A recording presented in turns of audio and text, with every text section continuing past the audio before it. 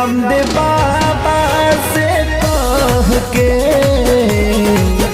दवा दिल के बनावे के पड़ी। रामदेव बाबा से कह के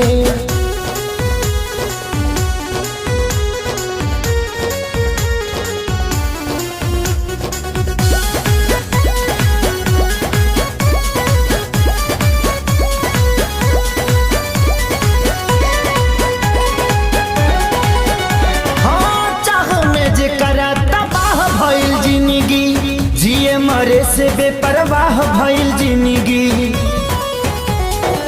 चाह में जेकरा तबाह भइल जिंदगी, जिए मरे से बेपरवाह भइल जिंदगी। जेकरा खातिर सब कुछ कइनी, ओकर नजर में बाबुर भइनी। दिल के गिरल दीवार हमर ढाह के, हो गिरल ढाह के। दवा दिल के बनावे के पड़ी।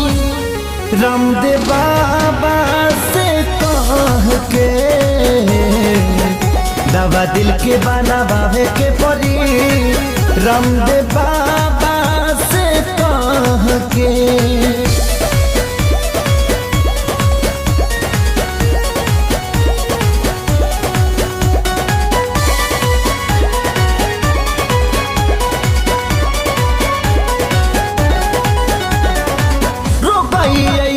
वियोग के धरैलस, जहर भी खैनी असर नाही कैलस।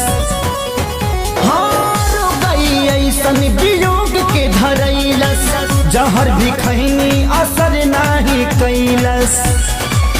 मर चाही मर ना पाई, जिए देवे ना जुदाई। याद हलचल आवेला रही